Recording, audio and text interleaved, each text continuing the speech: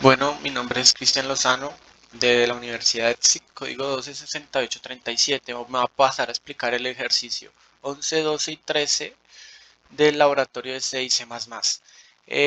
Para este ejercicio necesitamos la variable, bueno, la biblioteca iostream, que es lo que nos permite esa biblioteca.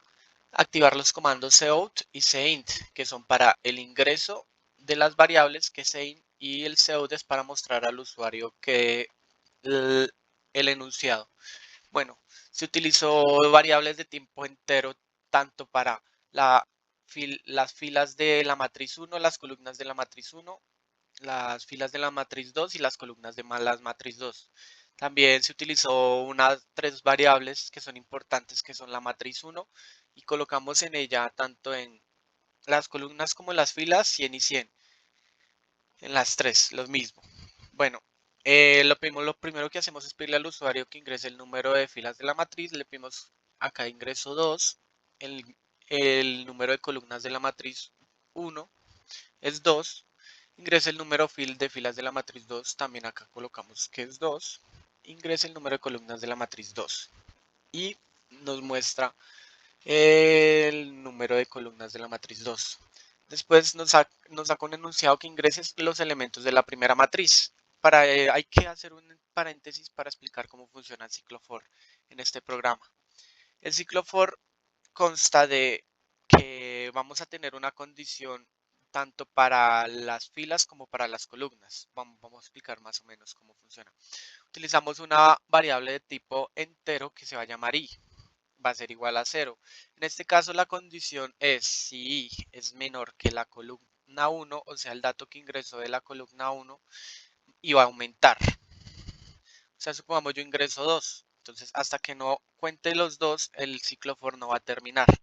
En este caso, lo que hacemos es, primero generamos la columna, después hacemos otro ciclo for para lo de las filas, que hace lo mismo que escribimos anteriormente. Colocamos un mensaje de salida que vamos a decir el elemento i, que es nuestra variable que estamos sumando. Vamos a sumarla con 1 y j también la vamos a sumar 1. Por eso en el programa vamos a ver que columna 1, fila 1, columna 1, fila 2, columna 2, fila 1, columna 2, fila 2. Eso es lo que nos muestra. Y él va a ingresar con C va a guardar en la matriz i y j, tanto las filas como las columnas. Hacemos lo mismo con la segunda matriz. Es el mismo funcionamiento que explicamos previamente con la primera matriz. Después de eso, lo que hacemos es colocar una condición if, que esta que nos permite. Según la suma de matrices, nos dicen que tienen que ser las dos matrices iguales. Si son diferentes, la matriz no se puede sumar. Entonces, con esta condición lo que hacemos es decirle al usuario, si la matriz que usted colocó con el número de filas y columnas son diferentes, entonces haga cierto, muestre un mensaje de que no se puede realizar la suma de matrices. Entonces la condición radica en que según la columna 1 y la columna 2 deben ser iguales y además la fila 1 y la fila 2 deben ser iguales. Para esto utilizamos un ciclo for que es para calcular la suma de las dos matrices. Entonces en esto utilizamos una variable de tipo i que va a ser igual a 0 y va a ser menor que la columna 1 que teníamos guardada previamente. Lo mismo y si no cumple la condición va a aumentar. Lo mismo hacemos con las filas, que en este caso lo que hacemos es cuando haga ese ciclo for y lo complete va guardando la información en suma matriz, que en la fila y la columna va a ser igual a la matriz 1 más la matriz 2. Ahí realizamos la suma de las dos matrices. Y después lo que hacemos es visualizarla mediante un ciclo for pequeñito, que lo que hacemos es una variable de tipo igual a 0, y va a ser cuando y es menor a la columna 1 y va a aumentar. Y lo mismo con la fila. Entonces acá lo que hacemos es mostrar un mensaje que muestra la suma de matriz. Entonces ahí vamos visualizando la suma de matriz, va finalizando Cuando termina esta parte del programa, lo que hacemos es hacer un endline, o sea, va bajando al lado del programa y así sucesivamente. Bueno, vamos a explicar el ejercicio 12, que es el producto punto de dos vectores. Para este ejercicio vamos a utilizar dos librerías, que va a ser IOStream y la librería vector. IOStream nos permite llamar palabras de seout o seid. Y la librería vector nos permite crear vectores de una manera un poco más sencilla.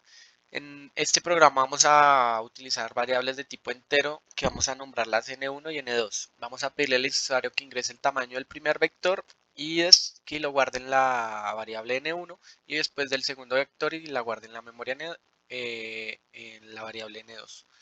En este caso pedimos que fuera el primer vector 3 y el segundo vector 3. Listo.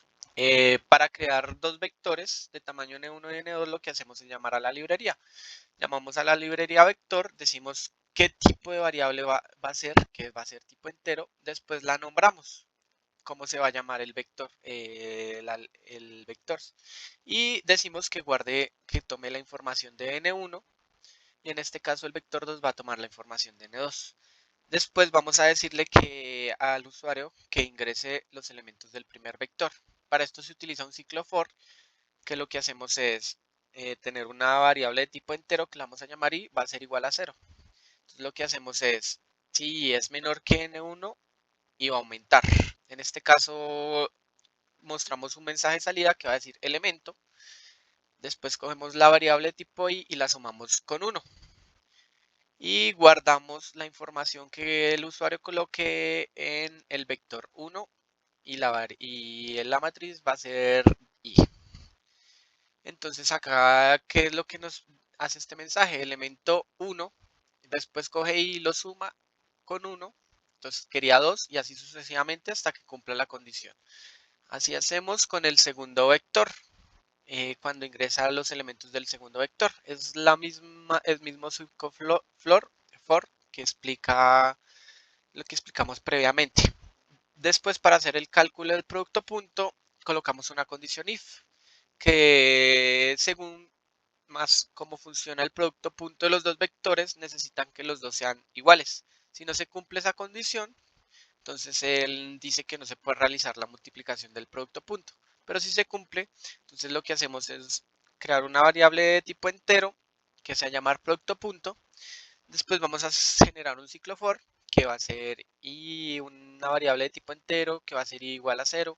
La condición es que si y es menor que n1 y n2 y va a aumentar. Entonces en este caso lo que hacemos es multiplicamos primero vector 1 y vector 2 y después lo vamos sumando. Por eso es que acá aparece una suma. Entonces va sumando hasta que cumpla las tres multiplicaciones y realiza la respectiva salida y que mostrando cuál es el producto punto de los dos vectores. En este caso utilizamos estos valores. Entonces el elemento 1 del primero le multiplicamos con el elemento 2 del segundo, que nos da 4. Elemento 2 con el elemento 2 del segundo vector nos da 10. Y después el elemento 3 con el elemento 3 del segundo vector, que nos da 18. Entonces es 18 más 14 nos da el valor de 32, como se puede ver acá en el programa. Bueno, voy a proceder a explicar el último ejercicio, que es operaciones lógicas. Utilizamos una librería IOStream, como lo hemos utilizado anteriormente.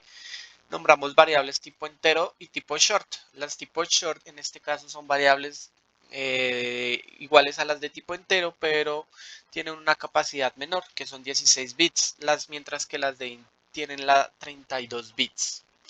Entonces vamos a decirle al usuario que ingrese un número entero, lo guardamos en num1. Después ingrese el otro número entero, lo guardamos en num2. Después decimos que las variables que guardamos previamente arriba, que n1 sea igual a num1 y n2 sea igual a num2. Entonces vamos a realizar la conversión de entero a binario. ¿Cómo se hace? Entonces utilizamos un ciclo for. Entonces decimos que es la variable de tipo entero y va a ser igual a 0 si es menor que 8. ¿Por qué menor que 8? Porque acá colocamos que lo máximo que va caber en esa matriz va a ser 8. Entonces si la variable es menor que 8 y va a aumentar. Entonces acá ¿qué hacemos? Guardamos la información en bin1 y va a ser nuestro valor que se va a guardar. Va a ser igual a n1 por la operación módulo dividido en 2, la operación módulo de 2. Entonces, ¿qué es la operación módulo? Coger y dividir ese valor y sacar el residuo de ese valor. Supongamos colocamos 4, 5, entonces el valor colocamos 5 y lo dividimos entre 2.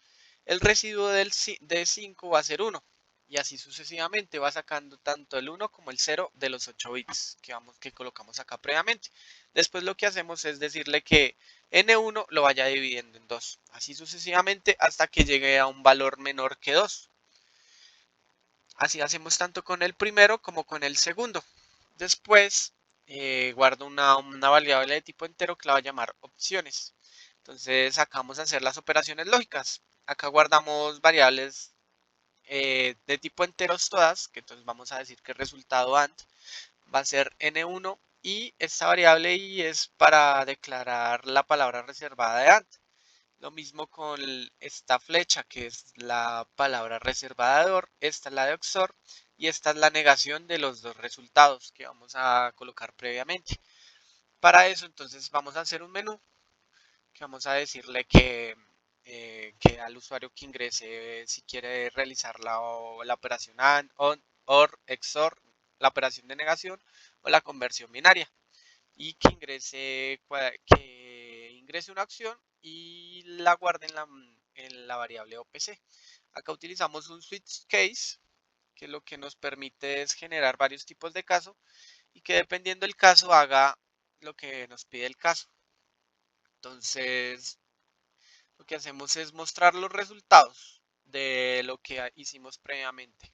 Entonces acá vamos a mostrar cómo funciona. Entonces vamos a ingresar una variable de tipo entero, pongamos 5 y 9. Entonces nos va a salir el menú. Supongamos yo quiero la conversión binaria y nos va a aparecer el número binario de los dos números.